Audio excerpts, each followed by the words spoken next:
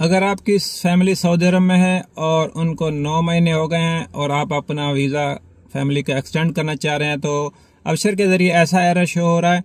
तो इसके दो तरीके हैं अभी एक्सटेंड करने के। आप या तो जवाज़ात में चले जाएं, वहाँ से जाके एक्सटेंड करवाएं, कि या तो आप इसको तवासल के ज़रिए, अबशर में तवासल होता है, उसके ज़रिए तलब करें।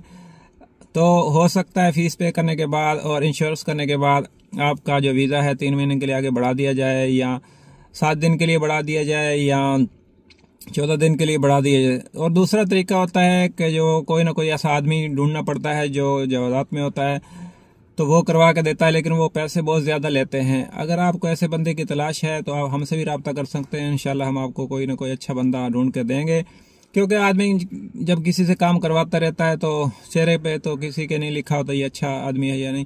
जब काम हो रहे होते हैं तो अभी ये भी नहीं पता होता ये कब तक अच्छा रहेगा, तो पता चल जाता है ये आदमी अच्छा है, चलो काम हो रहा है। तो अगर आपको ऐसे बंदे की तलाश है तो आप अगर अपना 9 महीने के बाद अपनी फैमिली का वीज़ा एक्सटेंड करवाना चाहते हैं तो आप हमसे रब्ता कर सकते हैं। और इसके पैसे काफ़ी ज़्यादा हैं। अगर आपका 1-2 फैमिली है तो आप अफोर्ड कर सकते हैं।